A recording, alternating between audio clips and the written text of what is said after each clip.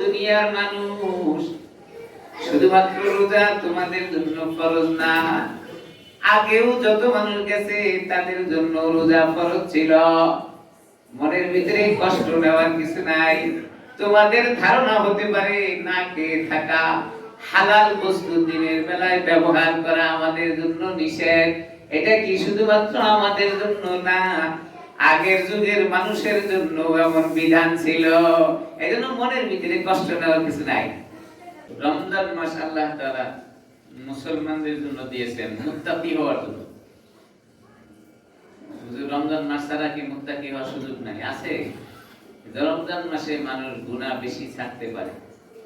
গুনাহ ছেড়ে দেওয়ার জন্য আল্লাহ তাআলা রমজান মাস দিয়েছেন। গুনাহ মাফ করে দেওয়ার জন্য আল্লাহ তাআলা রমজান মাস দিয়েছেন। আল্লাহ জাহান্নাম থেকে মুক্তি দেওয়ার জন্য আল্লাহ তাআলা রমজানের রোজা, রমজান মাস দিয়েছেন। এত গুরুত্বপূর্ণ মাসের প্রস্তুতি আমার আগে থেকেই থাকা দরকার। জানি না কয়জনের হায়াত আমাদের বাকি আছে। রমজানের আগে অনেক মানুষ আছে আমরা দুনিয়া থেকে চলে যাব, অনেকের হায়াত শেষ হয়ে যাবে। রমজান পর্যন্ত হায়াত বাকি আছে কিনা এটা কেউ জানি না। যদি থাকে, রমজান পর্যন্ত যদি আমরা বেঁচে থাকি, তাহলে রমজানের প্রস্তুতি নেওয়া দরকার। রমজান মাসে কি হবে?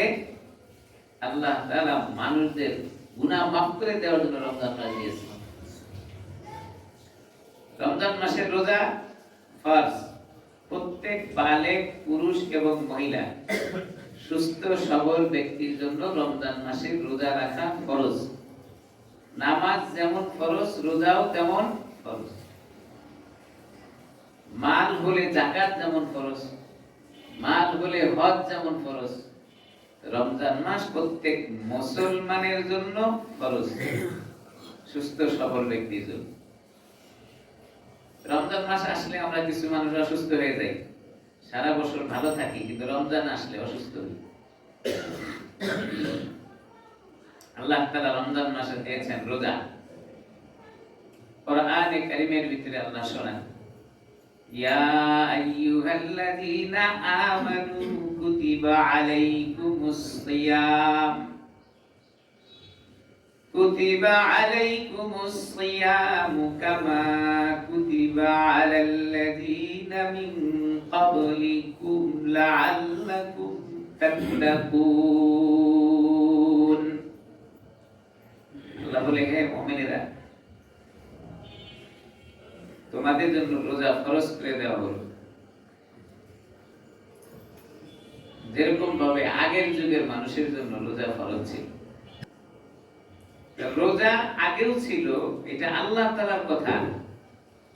আল্লাহ বলে, হে বান্দা, আমি যে তোমাদের জন্য রোজা ফরজ করলাম, এটা শুধু তোমাদের জন্য না, তোমাদের আগে যারা ছিল তাদেরও রোজা ফরজ ছিল।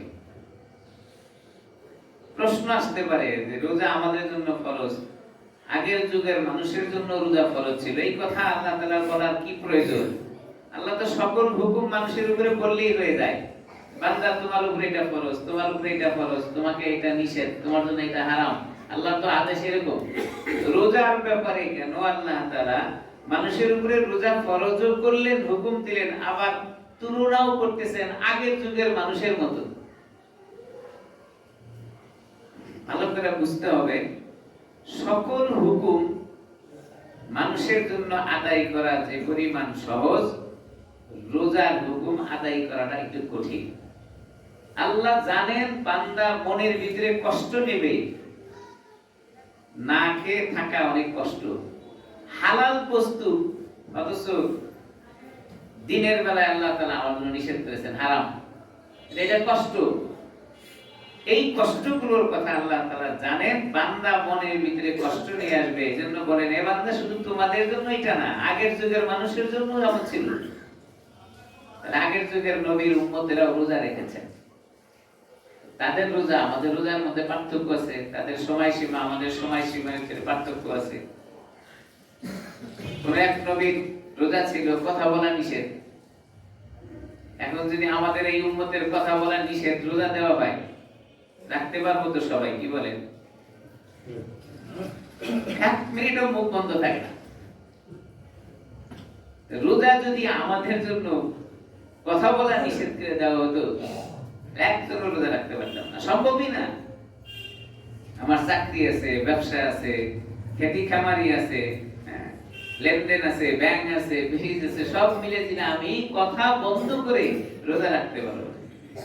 এই জন্য আগের যুগের মানুষের রোজা এখনকার মানুষের উম্মতের জন্য রোজা এটা সময়ের ব্যবধান, কিন্তু রোজা আগেও ছিল। আল্লাহ তাআলা কোরআনে হাকিমের ভিতরে বলেন, কামা কুতিবা আলাল্লাযীনা মিন ক্বাবলিকুম লাআল্লাকুম তাত্তাকুন। ও দুনিয়ার মানুষ, শুধুমাত্র রোজা তোমাদের জন্য ফরজ না, আগেও যত মানুষ গেছে তাদের জন্য রোজা ফরজ ছিল। মনের ভিতরে কষ্ট নেওয়ার কিছু নাই। তোমাদের ধারণা হতে পারে না খেয়ে থাকা, হালাল বস্তু দিনের বেলায় ব্যবহার করা আমাদের জন্য নিষেধ। এটা কি শুধুমাত্র আমাদের জন্য না, আগের যুগের মানুষের জন্য এমন বিধান ছিল। এজন্য মনের ভিতরে কষ্ট নেওয়ার কিছু নাই। রোজা কাকে বলে? রোজা হলো রমদুন শব্দ থেকে চয়ন করা হয়েছে, আরবি শব্দ রমদুন, যার অর্থ হলো বেঁচে থাকা। রমদুনের শব্দের অর্থ হলো বেঁচে থাকা। কিসের থেকে বেঁচে থাকবো? দুই জিনিসের কার্যক্রম থেকে বেঁচে থাকার নাম হলো রোজা। দুই জিনিসের কার্যক্রম থেকে বেঁচে থাকার নাম রোজা। হাদিসের ভিতরে রাসূল আকরাম সাল্লাল্লাহু আলাইহি সাল্লাম বলেন, রোজা মুসলমানদের জন্য যে ফরজ করা হয়েছে, এটা দুইটা জিনিস থেকে বিরত থাকতে হবে। তার ভিতরে এক নাম্বার হলো জিহ্বার কাজ থেকে বিরত থাকতে হবে। জিহ্বার কাজ কি? জিহ্বার কাজ হলো খাওয়া, মুখের কাজ হলো খাওয়া। তো রমজান মাসে দিনের বেলায় খাবার বন্ধ রাখতে হবে, জিহ্বার কাজ। আরো একটা জিনিস থেকে আপনাকে বিরত থাকতে হবে, সেটা হলো যে বাংলা ভাষায় যেটাকে আমরা লজ্জাস্থান বলে থাকি। হালাল বস্তু আপনার ঘরে আছে, আপনার স্ত্রী আপনার জন্য হালাল, কিন্তু দিনের বেলায় আপনার নিষেধ। আপনি যদি রোজাদার হন, তাহলে হালাল জিনিসটা আল্লাহ তাআলার পক্ষ থেকে নিষেধ করা হয়েছে। এই দুই জিনিস থেকে বেঁচে থাকার নাম হলো রোজা। দেখেন, দুই জিনিসের ভিতরে সব ঢুকানো আছে। মুখের আমলের ভিতরে রোজার ব্যাখ্যা করা হয়েছে যে মুখের জিহ্বার আমল, দিনের বেলায় না খেয়ে থাকার নাম। জিহ্বার আমলের ভিতরে সব আছে। কি? বেশি বেশি বক বক করা রোজা নষ্ট হওয়ার কারণ। মুখ দিয়ে খারাপ ভাষা বললেও রোজা নষ্ট হওয়ার কারণ। তাহলে জিহ্বার আমল। রোজা রাখার পরে অসত্য কথা বলবো, রোজা নষ্ট হয়ে যাওয়ার কারণ। রোজা রেখে মুখ থেকে গীবত শিকায়ত করবো, রোজা নষ্ট হওয়ার কারণ। তাহলে জিহ্বার আমল লাগবে।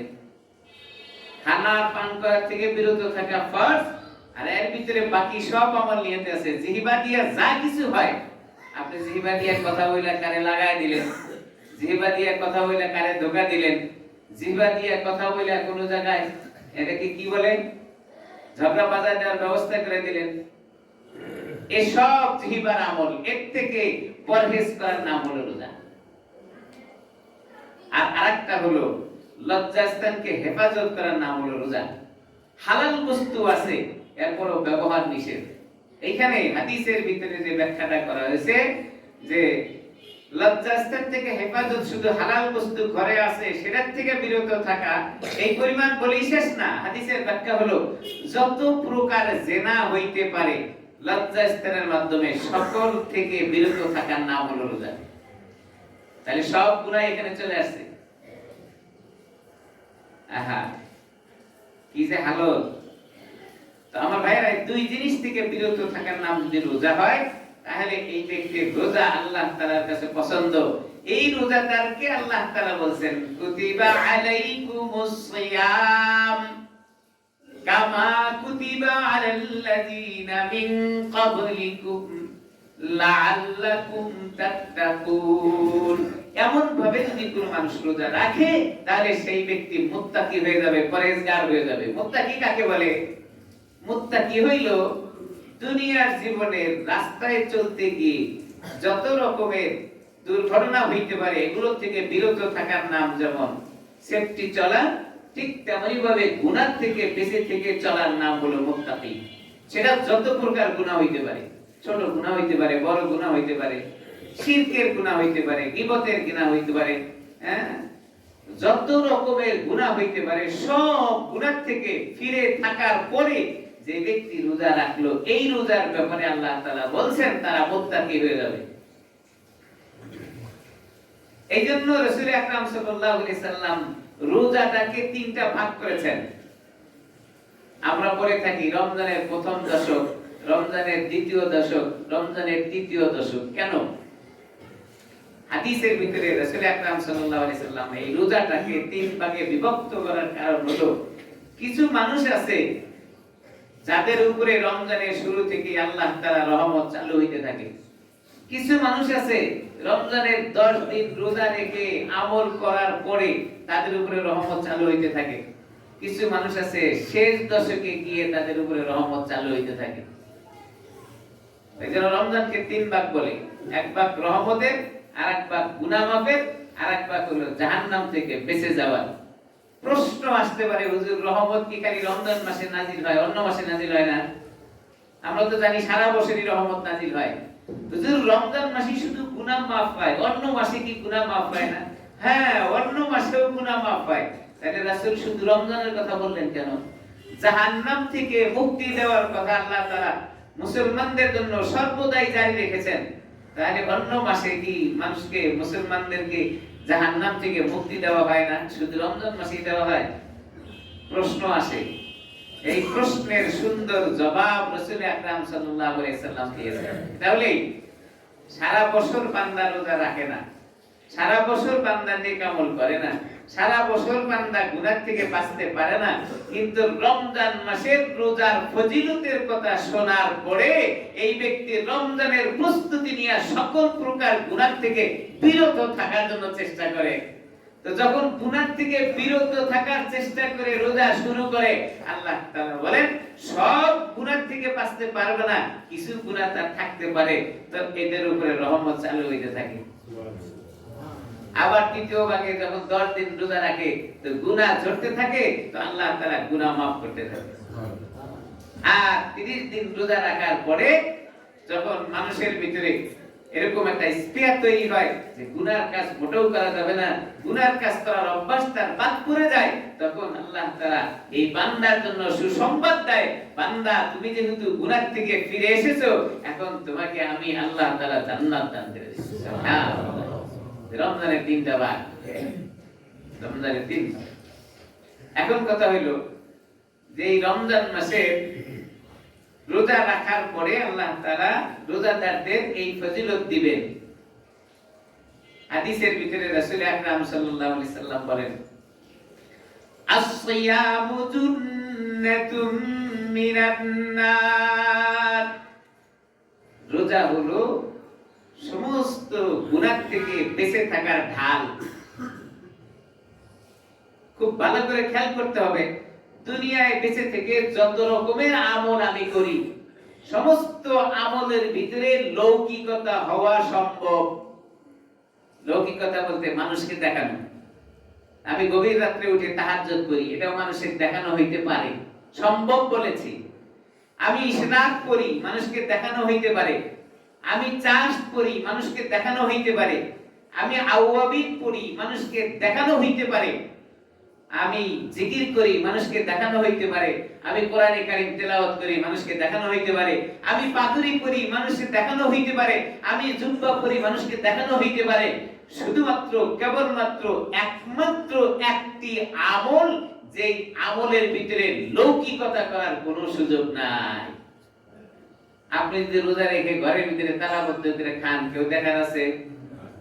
আপনি রোজাদার, ওযু করতে গিয়ে ওযু করলেন, 2 ঢোক গলার ভিতরে দিয়ে দিলেন, দেখার আছে? লৌকিকতা করার কিছু নাই। কেউ দেখলেও কিছু না, কে না দেখলেও কিছু না। আপনি একমাত্র রোজা রেখেছেন কার জন্য? আল্লাহ তাআলার জন্য। আল্লাহ আমার উপরে আপনার উপরে খুশি হবেন। তাহলে লৌকিকতা ছাড়া যে ইবাদত, এই ইবাদতের নাম হলো রোজা। এই জন্য রোজাদারের মর্যাদা আল্লাহ তাআলার কাছে এত বেশি, আল্লাহ তাআলার কাছে এত বেশি।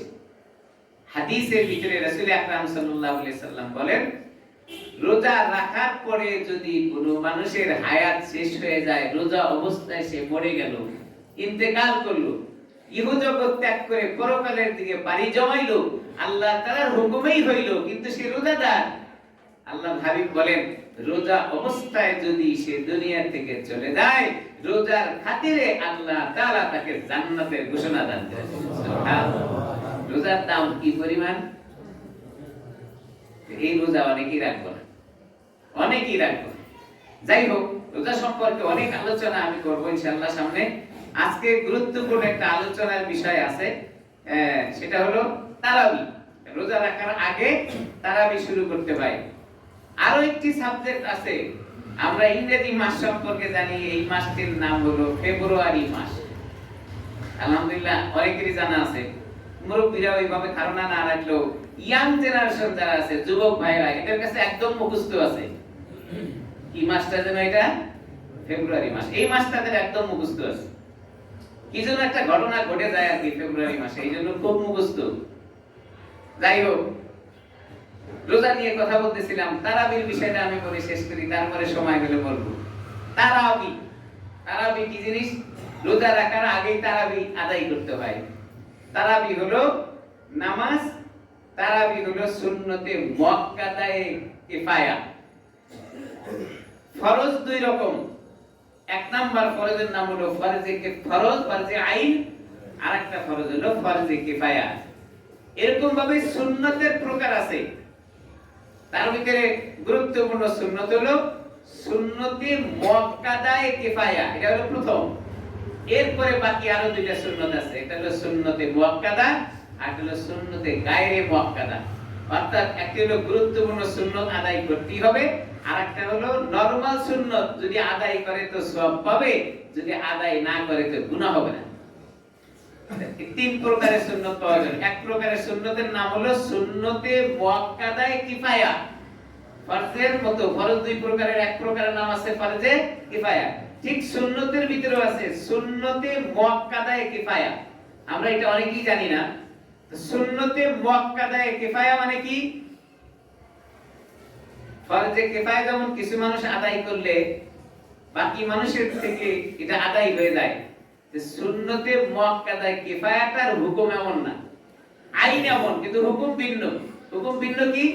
সুন্নতে মুআক্কাদায়ে কিফায়া সবারই আদায় করতে হবে। দেখেন পার্থক্যটা কোথায়? ফরজে কিফায়া, ধরেন 20 জন মানুষ আছে, তার ভিতরে 10 জন আদায় করলো আর 10 জন আদায় করলো না। এই 10 জন আদায় করার কারণে বাকি 10 জনের থেকে গুনাহ বাদ করে যাবে, তারা গুনাহগার হবে না। যেরকম জানাজার নামাজ, মানুষ মরে গেলে জানাজা দিতে হয়, এটা ফরজে কিফায়া। কিছু মানুষ আদায় করলে বাকিদের থেকে এটা আদায় হয়ে যায়। কিন্তু সুন্নতে মুআক্কাদায়ে কিফায়া যেটা, এটার হুকুম মুআক্কাদায়ে কিফায়া, হুকুমটা ঠিক, কিন্তু আমল হলো সবার জন্য, এটা সবাইকে আদায় করতে হবে। যেমন রমজান মাসের তারাবি নামাজ, তারাবি নামাজ সবাইকে আদায় করতে হবে, বালেগ পুরুষ এবং মহিলা, কাউরে তারাবি নামাজ বাদ নেই। এখন তারাবি নামাজটা জামাতের সাথে পড়া সুন্নতে মুআক্কাদা। নামাজ হলো সুন্নতে মুআক্কাদায়ে কিফায়া, আর আদায় করতে হবে জামাতের সাথে, সেটার হুকুম হলো সুন্নতে মুআক্কাদা। 3 নাম্বার হলো তারাবি নামাজ 20 রাকাত আদায় করতে হবে। তারাবি নামাজের ব্যাপারে ফতোয়া ফারায়েজ একটু বেশি দেয়। তারাবি নামাজ 8 রাকাত, কেউ বলে 12 রাকাত। অসংখ্য হাদিস থেকে প্রমাণিত তারাবি নামাজ 20 রাকাত। বলতে গেলে অনেক লম্বা করে বলতে হবে। রাসূল আকরাম সাল্লাল্লাহু আলাইহি ওয়াসাল্লামের সময় থেকেই তারাবি 20 রাকাত চালু। সাহাবায়ে কেরামের মধ্যে থেকে তারাবি 20 রাকাত চালু। তাবেঈন থেকে তারাবি 20 রাকাত চালু। তাবেঈন থেকে প্রমাণিত তারাবি 20 রাকাত করতে হয়। আইম্মায়ে মুস্তাহিদিন থেকে তারাবি 20 রাকাত আদায় করার প্রমাণ, আইম্মায়ে মুতাকাদ্দিমিন থেকে তারাবি 20 রাকাত পড়ার প্রমাণ, আইম্মায়ে মুতাআখিরিন থেকেও তারাবি 20 রাকাত পড়ার প্রমাণ। কিন্তু আমরা তারাবি নামাজের সময় শরীরটা ক্লান্ত মনে করে অথবা ব্যস্ততা দেখিয়ে তারাবি নামাজ 8 রাকাত করে থাকি, এবং কেউ কেউ এটার উপরে ফতোয়া দিয়ে থাকি যে তারাবি 8 রাকাত। ভালো করে জেনে নিব, তারাবি 20 রাকাত এটা আপনাকে মানতেই হবে, আদায় করার ব্যাপারে ভিন্ন।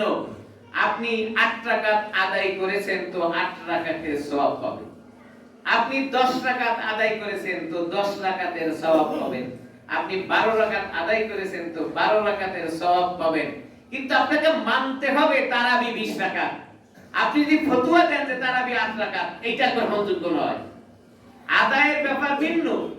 আপনি পারেননি, সুন্নতে মুআক্কাদা যেহেতু আপনি পারেননি, আপনি শরীরে কুলায়নি, আপনি সময়ের অভাবে পারেননি, ঠিক আছে, আপনি 4 রাকাত পড়েছেন তো 4 রাকাতের সওয়াব আপনি পাবেন। কিন্তু আপনি এই ফতোয়া দিতে পারবেন না যে তারাবি 8 রাকাত। আপনি 8 রাকাত আদায় করেছেন তো 8 রাকাতের সওয়াব যে পরিমাণ হয় সেই পরিমাণ আপনি পাবেন। কিন্তু আপনি ফতোয়া দিতে পারবেন না যে তারাবি 8 রাকাত, এইজন্য আমি 8 রাকাত পড়লাম। কোরআন হাদিস বুঝতে হবে। বাংলা চটি বই পড়ে কোরআন হাদিসের প্রমাণ দেয়া যায় না। বুখারী শরীফের একটি হাদিস, যারা তারাবির 8 রাকাত কথা বলেন, এই হাদিস তারা পড়েছেন কিন্তু হাদিসের মৌলিক বিষয়বস্তু তারা বোঝেননি। হাদিসের ভিতরে আছে, তারা বলেন হযরতে আয়েশা সিদ্দিকা রাদিয়াল্লাহু তাআলা আনহা থেকে বর্ণিত একটি হাদিস, যেখানে তারাবি 8 রাকাতের কথা তারা বলে থাকেন। আমরা বলি হযরতে আয়েশা সিদ্দিকা রাদিয়াল্লাহু তাআলা আনহা থেকে হাদিস শুধুমাত্র আপনিই জানেন না, আরো অনেক মানুষই জানে। সাহাবায়ে কেরামের ভিতরে হযরতে আয়েশা সিদ্দিকার কাছ থেকে অসংখ্য হাদিস শুনেছেন এবং কোরআনে কারীমের ব্যাখ্যাও শুনেছেন। হযরতে আয়েশাকে জিজ্ঞাসা করা হয়েছিল, ওগো আয়েশা, আপনি বলেন রাসূল আকরাম সাল্লাল্লাহু আলাইহি সাল্লাম রাত্রিকালে কত রাকাত নামাজ আদায় করেছেন? বুখারী শরীফের হাদিস, হযরতে আয়েশা সিদ্দিকা রাদিয়াল্লাহু তাআলা আনহা বলেছেন রাসূল আকরাম সাল্লাল্লাহু আলাইহি সাল্লাম রাত্রিকালে 11 রাকাত নামাজ পড়েছেন। কয় রাকাত নামাজ পড়েছেন? 11 রাকাত। এখান থেকে তারা ফতোয়া বের করেছেন যে রমজান মাসে 11 রাকাত মানে ফরজের পরে, সুন্নতের পরে বাকি নামাজ যেটা থাকে এটা হলো তারাবি নামাজ। তারা এখান থেকে 8 রাকাতকে তারাবি নামাজ মনে করে 8 রাকাত আদায় করেন রাত্রিকালীনে। কত রাকাত নামাজ পড়েছেন? আয়েশা বলেছেন 11 রাকাত। তারা সেখান থেকে 8 রাকাত বের করে নিয়ে গেছেন। খুব ভালো কথা। 8 রাকাত বের করে নিয়ে গেলে আর কয় রাকাত বাকি থাকে? 1 রাকাত। 8 রাকাত বের হয়ে গেলে আর 1 রাকাত থাকে না? 11 তো 3 রাকাত থাকে। আমি আবার অঙ্ক একটু কম বুঝি। যদি 3 রাকাত থাকে, 3 থাকে, 11 থেকে 8 বাদ দিলে 3 থাকলে তাহলে এই 3 কি বিতের। তাহলে যারা ফতোয়া দিলেন যে রমজান মাসে রাসূল 8 রাকাত তারাবি নামাজ পড়েছেন, 11 থেকে 8 নিয়ে গেলেন আর 3 থাকে বিতের, আপনি বিতের কয় রাকাত পড়েন? আপনি 1 রাকাত বিতের কেন পড়েন? আপনি 1 রাকাত বিতের কেন পড়েন? আপনার ফতোয়াই তো রমজান মাসে রাত্রিকালে হুজুর 11 রাকাত নামাজ পড়েছেন, তো তারাবি নিয়ে গেলেন আপনি 8 রাকাত, আর 3 রাকাত আপনি বিতের আদায় করেন, তখন বুঝতাম আপনার ফতোয়াও ঠিক, আপনার আমলও ঠিক। আপনি একবার হন জামাইয়ের মা, আবার হন কন্যার মা, একটা হতে হবে। আপনার ফতোয়া কি আপনি ধরা?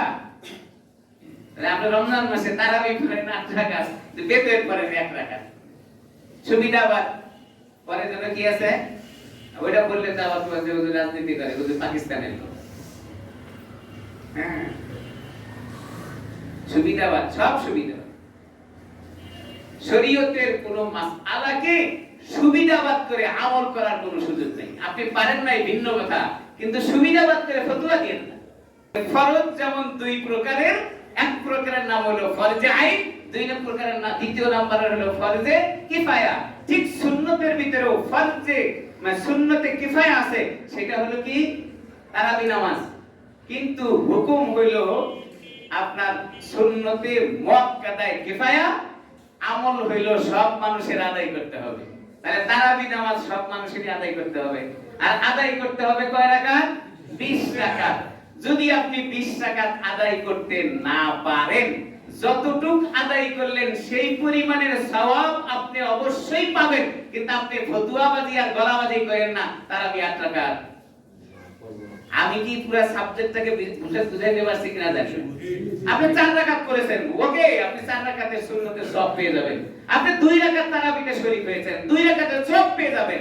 আপনি 18 রাকাত করেছেন, 18 রাকাতের সওয়াব আপনি পেয়ে যাবেন। 20 রাকাত করেছেন, তো আল্লাহর নবীর আদেশ আপনি পালন করেছেন, তো 20 রাকাতের পরিপূর্ণ সওয়াব আল্লাহ তাআলা আপনাকে দান করবেন। সুবহানাল্লাহ। ফতুয়াবাজি করে আপনার মতো আমার মতো সলিমুদ্দিরা কলিমুদ্দিরা 20 টাকা তারাবি জারি করে যায় নাই। রাসূল আকরাম সাল্লাল্লাহু আলাইহি সাল্লামের হাতে গড়া ছাত্র স্টুডেন্ট যাদের ব্যাপারে আল্লাহ তাআলা কোরআনে কারীমের ভিতরে আয়াত নাযিল করেছেন, রাদিয়াল্লাহু আনহুম ওয়া রাদু আন, যাদের উপরে আল্লাহ খুশি, যারা আল্লাহর উপরেও খুশি। অর্থাৎ যে মানুষটা আল্লাহর উপরেও খুশি, আল্লাহও তার উপরে খুশি, এরকম মানুষেরা সুন্নতে মুআক্কাদায়ে কিফায়া তারাবি নামাজে 20 রাকাত বলে গেছেন। আমার মতো আপনার মতো সলিমুদ্দি আর কলিমুদ্দি দুই কান বাংলা চড়ি বই করে কয়, হ্যাঁ বুখারী শরীফের হাদিস তারাবি তো 8 রাকাত। তোর বাপ দাদা 14 গোষ্ঠী বুখারীর নামও বলতে পারবি না, বেটা তারাবির ফতোয়া দেয় 8 রাকাত। ইসলাম নিয়ে ফাইজলামও করার সুযোগ দুনিয়ার জীবনে কারণে এই ফাইজলাম বন্ধ করা দরকার। তারাবি নামাজ আসলেই এই ফতোয়াগুলো চালু করে দেখবেন, ওই ছোট্ট এই 2 পৃষ্ঠা 3 পৃষ্ঠা করে বুখারী শরীফ এই বগলে নিচে করে নিয়ে আসছে, দেয় আরেকজনের কাছে, ভাই বুখারী শরীফে হাদিস আছে, দেখেন হযরত আয়েশার কাছ থেকে হাদিস, এটা বুখারী শরীফের হাদিস। তো সাধারণ মানুষ আমরা মনে করি আর ঠিকই তো আছে, তো উনি টুপি জুব্বা পরে পাগড়ি পরে আসে যখন দেয়, তো মানুষ তো ইসলাম মোনা, মানুষ তো ইসলামের কথা কইলে একটু ভয় পায়। তো মনে করছে হ্যাঁ ঠিকই তো, রমজান মাসে গুরুত্বপূর্ণ আমল, বুখারী শরীফের ভিতরে হাদিস আসছে, এটা তো রমজান মাসের আমল হিসেবে 8 রাকাত পড়া দরকার। আমি মাঝে মধ্যে বলে থাকি, পরীক্ষায় প্রশ্ন হয়েছে, ভূগোল বা ইতিহাসে প্রশ্ন হয়েছে, ঢাকা বিভাগের বর্ণনা দাও। স্টুডেন্ট খুব ব্রিলিয়ান্ট, মেধাবী স্টুডেন্ট, খুব মেধা, ফার্স্ট বয়, স্কুলে বেঞ্চের প্রথম বেঞ্চে বসে, প্রশ্নের উত্তর লিখছে রাজশাহী বিভাগের বর্ণনা। এক্সামিনার যিনি, খাতা যিনি দেখেন, রাজশাহী বিভাগের বর্ণনায় দেখতে গিয়ে দেখলেন দাড়ি, কমা, ক্লোন, সেমিক্লোন, ফুল স্টপ যা আছে কোনোটারই বাকি নাই। নাম্বার কয় নাম্বার দিবে? উত্তর আপনারা দিবেন, কয় নাম্বার দিবে? কেন দাড়ি, কমা, সেমিক্লোন, ক্লোন কোনোটাই ভুল নাই, নাম্বার 0 কেন? প্রশ্ন আছে ঢাকা বিভাগের বর্ণনা, সে লিখছে রাজশাহী বিভাগের বর্ণনা। এখানে যেমন 0 নাম্বার, ঠিক তদ্রূপভাবে বুখারী শরীফের যে হাদিস হযরত আয়েশা সিদ্দিকা রাদিয়াল্লাহু তাআলা আনহা থেকে বলেন, এই হাদিসের ব্যাপারেও তারা ওরকম 0 নাম্বার ওয়ালা। কারণ বুখারী শরীফের এই হাদিস বর্ণনা হয়েছে তাহাজ্জুদ নামাজের জন্য। তাতে তাহাজ্জুদের নামাজটাকে তারাবি নামাজের সাথে মিলান কেন? বুঝতে হবে। আপনি ছাত্র ভালো হলেই হবে না, প্রশ্ন যা হয়েছে উত্তর আপনাকে তাই দিতে হবে। তাহলে বুখারী শরীফের হযরত আয়েশা সিদ্দিকা রাদিয়াল্লাহু তাআলা আনহা থেকে যে হাদিস বর্ণনা হয়েছে, এটা হলো তারাবি নামাজের ব্যাপারে নয়, তাহাজ্জুদ নামাজের ব্যাপারে। হযরত আয়েশা সিদ্দিকা বলেন, আমার নবী রাত্রিকালীনে 11 রাকাত নামাজ পড়তে দেখেছি, 8 রাকাত হলো তাহাজ্জুদ আর 3 রাকাত হলো বিতর। আমি আপনার ফতোয়াই মেনে নেব, যদি বলেন 8 রাকাত তারাবি আমি মানব অবশ্যই, কিন্তু আপনাকে বেতের 3 রাকাত পড়তে হবে। আপনি বেতের 1 রাকাত করবেন আর পড়বেন তারাবি 8 রাকাত, তাহা কখনোই মানা যায় না। অনেক লম্বা আলোচনা, তারাবির ব্যাপারে কথা বলতে গেলে অনেক লম্বা আলোচনা করতে হবে। সব মিলে আপনাদের কাছে আমার প্রস্তাব হলো, ফতোয়া না দিয়া স্বীকৃতি দেন তারাবি নামাজ 20 রাকাত। সবাই বলবো তারাবি নামাজ কয় রাকাত? 20 রাকাত। আদায় করতে পারবো যাহা, সওয়াব পাবো তাহা। তারাবি নামাজ 20 রাকাত, এই শব্দ সকল মুসলমানের মুখে থাকা উচিত। যারা ফতোয়াবাজি করতে আসে তাদের কড়াভাবে জবাব দিয়ে দেন, বেটা তুমি দেখাইতে পারবে না, কাজী সমাজে ফিতনা ছড়াইও না, তারাবি নামাজ 20 রাকাত, তোমার ভালো লাগছে তুমি 8 রাকাত করে চলে যাও, অসুবিধা নেই। ফতোয়া দিও না, ফতোয়া দিও। তাহলে রমজান মাসে তারাবি নামাজ আমরা 20 রাকাত আদায় করার নিয়ত রাখি তো ইনশাআল্লাহ। আল্লাহ আমাদের সকলকে সুস্থতার সাথে রমজান মাসে 20 রাকাত তারাবি পড়ার তৌফিক নসিব করেন বলি আমিন।